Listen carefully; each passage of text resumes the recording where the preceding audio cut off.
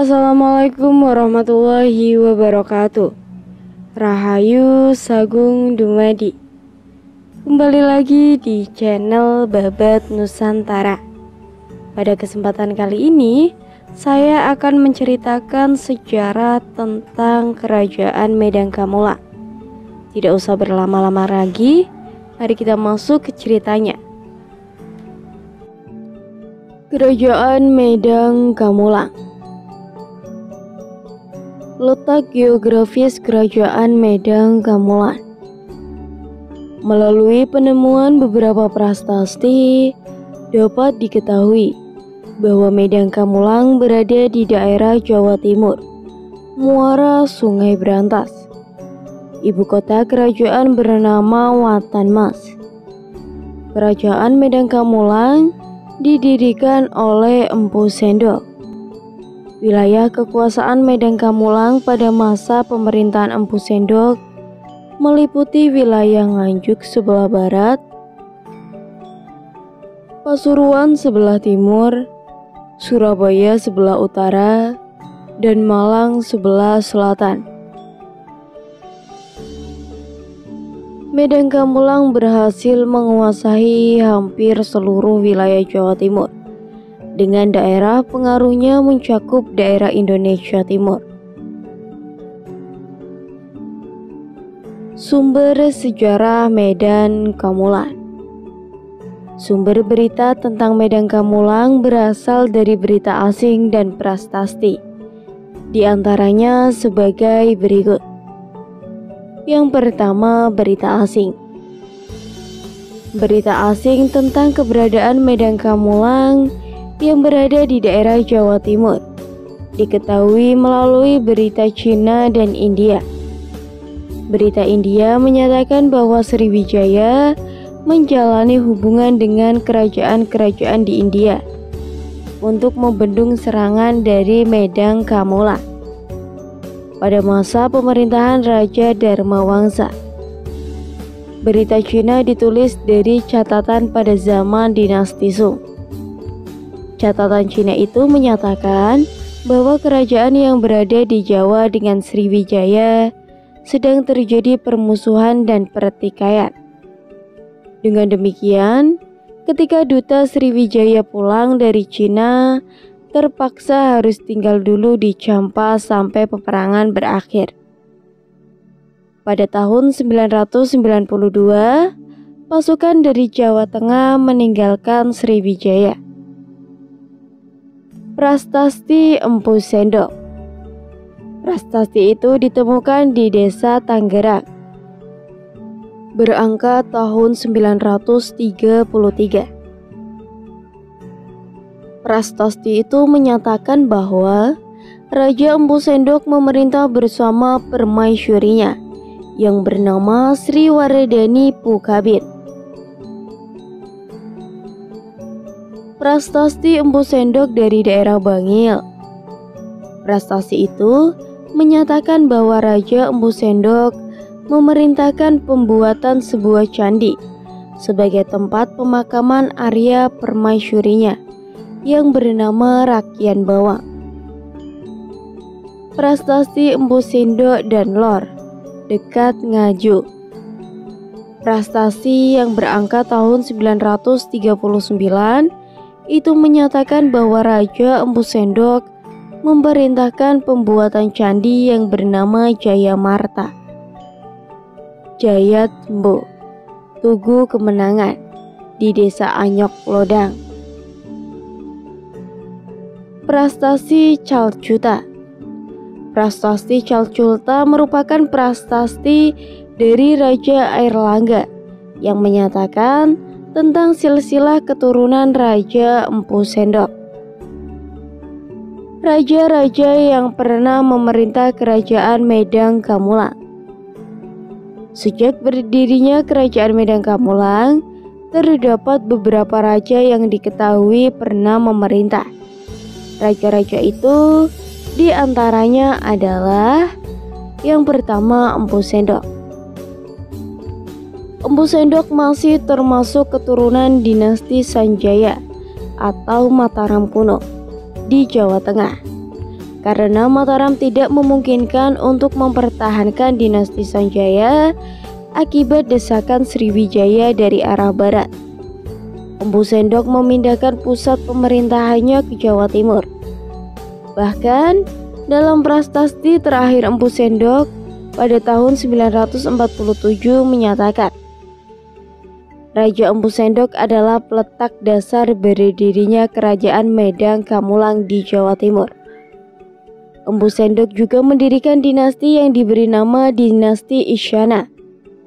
Nama dinasti itu diambil dari gelar Empu Sendok, yang Empu Sendok Sri Siya Tunggadewa. Namun, setelah Empu Sendok turun tahta, keadaan di Jawa Timur dapat dikatakan suram dan gelap. Hal ini terjadi karena tidak ditemukan prasasti yang menceritakan kondisi Jawa Timur. Baru setelah Raja Airlangga naik tahta, muncul prasasti-prasasti yang dapat dijadikan sebagai sumber untuk mengetahui keberadaan Medang Kamulang di Jawa Timur. Yang kedua, Dharma Wangsa. Dharma Wangsa dikenal sebagai seorang raja yang memiliki pandangan politik yang tajam. Semua politiknya ditunjukkan untuk mengangkat derajat kerajaan. Kebesaran Dharma Wangsa terlihat jelas pada politik luar negerinya. Dharma Wangsa percaya bahwa kedudukan ekonomi Sriwijaya yang kuat akan dapat mengancam kedudukan kekuasaannya di Jawa Timur. Oleh karena itu, Dharma Wangsa mengerahkan seluruh armada lautnya untuk menguasai dan menduduki Sriwijaya. Beberapa tahun kemudian, Sriwijaya bangkit kembali dan melakukan pembalasan terhadap Medang Kamulang yang masih diperintahi oleh Dharma Wangsa. Dalam upaya menundukkan Medang Kamulang, Sriwijaya menjalani hubungan dengan kerajaan Bawana Medang Kamulang, yaitu kerajaan Wurawari. Untuk itu Wurawari melakukan serangan ke istana Medang Kamulang saat dilangsungkan perkawinan putri Dharma Wangsa dengan Raja Airlangga pada tahun 1016. Dalam serangan itu, Dharma Wangsa beserta kerabat istana tewas. Airlangga dapat melarikan diri, diikuti pengikutnya yang setia bernama Narotama. Yang ketiga, Raja Airlangga. Dalam prasasti Kluta disebutkan bahwa Airlangga masih termasuk keturunan Empu Sendok dari pihak ibunya. Ibunya bernama Mahendradatta Gunapira Dharmapatni yang menikah dengan Raja Dudyan dari Bali. Setelah usia 16, Airlangga dinikahkan dengan putri Dharma Wangsa. Pada saat upacara pernikahan itulah terjadi serangan dari Wurawari yang mengakibatkan hancurnya Medang Kamulang. Airlangga berhasil menyelamatkan diri bersama Narotame ke dalam hutan di lereng gunung Wanagiri. Di tengah hutan itu, Airlangga hidup sebagai seorang pertapa dengan menanggalkan pakaian kebesarannya. Hal itu dilakukan agar penyamaran tidak diketahui oleh musuh. Selama 3 tahun pada 1016 sampai 1019, Airlangga digembali lahir maupun batin di Hudyani lereng gunung. Setelah itu ia turun dari lereng gunung dan bersatu dengan rakyatnya. Atas tuntutan dari rakyatnya pada tahun 1019, Airlangga bersedia dinobatkan menjadi raja, meneruskan tradisi dinasti Isyana. Airlangga bergelar Rakai Halu Sri Lokaswara.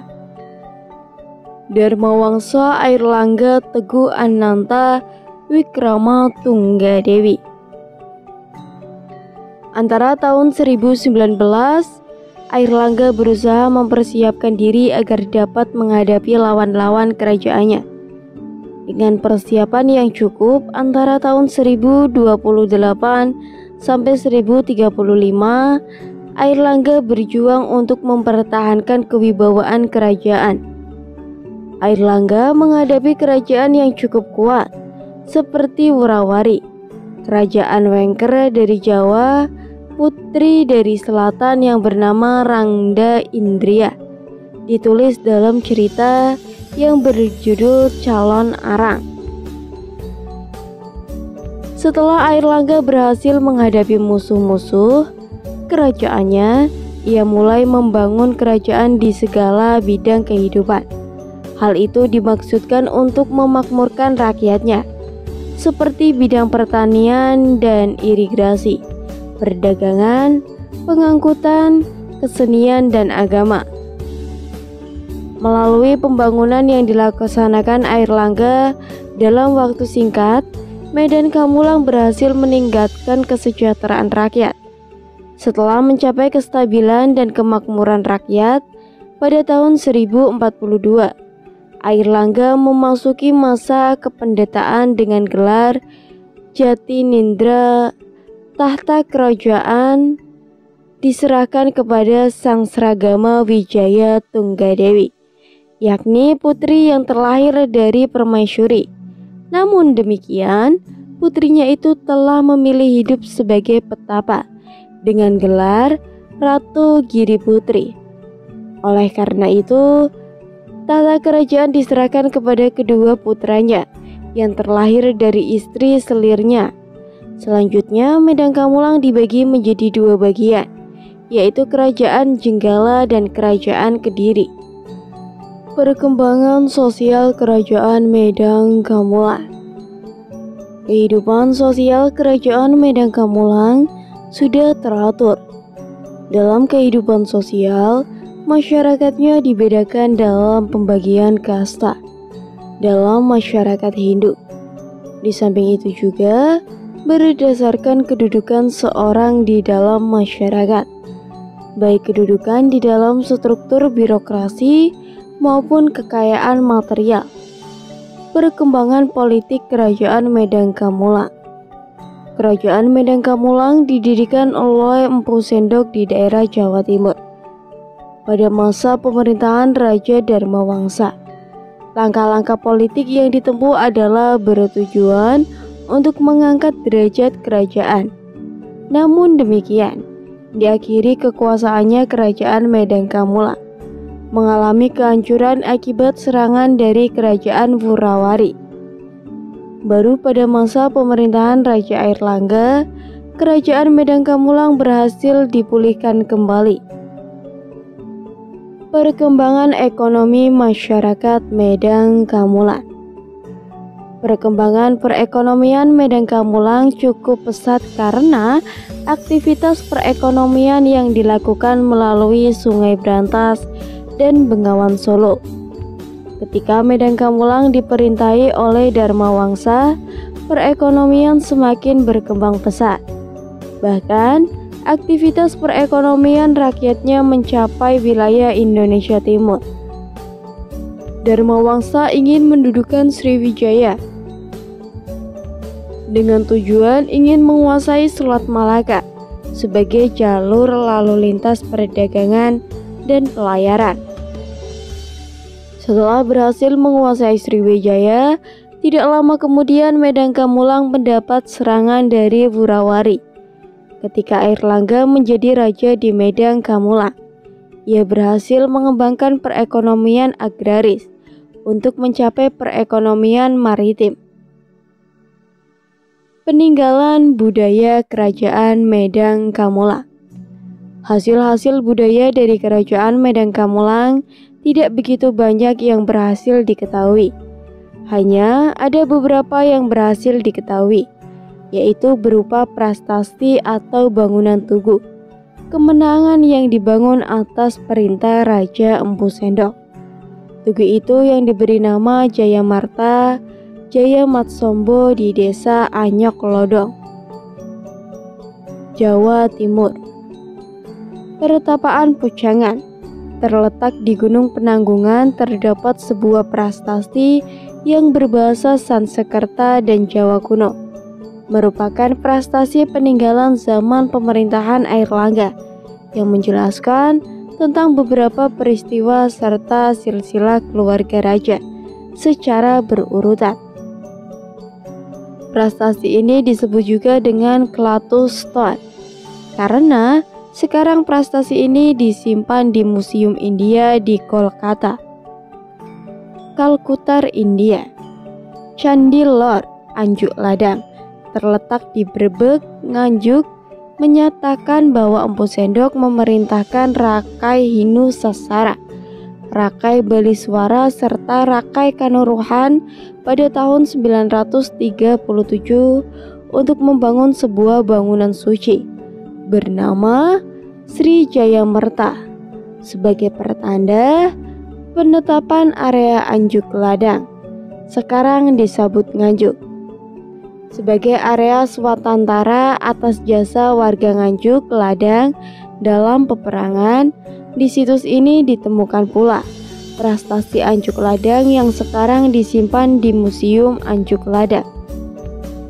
Candi Gunung Gangsir terletak di Bangil, dibangun pada masa pemerintahan Raja Airlangga, yaitu sekitar abad ke-11 Masehi. Candi Gunung Cengir dibangun menggunakan bahan batu bata, bukan batu andesit. Candi Songgorti terletak di Batu Malang, satu-satunya peninggalan Empu Sendok di Kota Batu. Menurut sejarahnya, kisah Candi Songgoriti ini berawal dari keinginan Empu Sendok yang ingin membangun tempat peristirahatan bagi keluarga kerajaan di pegunungan yang di dekatnya terdapat mata air. Seorang petinggi kerajaan bernama Empu Supo diperintahkan Empu Sendok untuk membangun tempat tersebut. Dengan upaya yang keras, akhirnya Empu Supo menemukan suatu kawasan yang sekarang lebih dikenal sebagai kawasan wisata Songgoriti. Atas persetujuan raja, Empu Supo mulai membangun kawasan Songgoriti sebagai tempat peristirahat keluarga kerajaan. Candi Belahan dibangun oleh Raja Airlangga. Candi Belahan adalah sebuah pemandian bersejarah dari abad ke-11. Di masa kerajaan Airlangga, petirtaan Belahan terletak di sisi timur. Gunung Penanggungan, tempatnya di Dusun Beleh Jowo, Wonosunyo, Kecamatan Gempol. Menurut sejarah, selain sebagai tempat pertapaan Prabu Airlangga, petirtaan ini juga difungsikan sebagai pemandian selir-selir Prabu Airlangga. Oleh karena itu, sebagai bentuk pengabdian dibangunlah dua patung permaisuri Prabu Airlangga, yaitu Dewi Laksi dari Dewi Sri.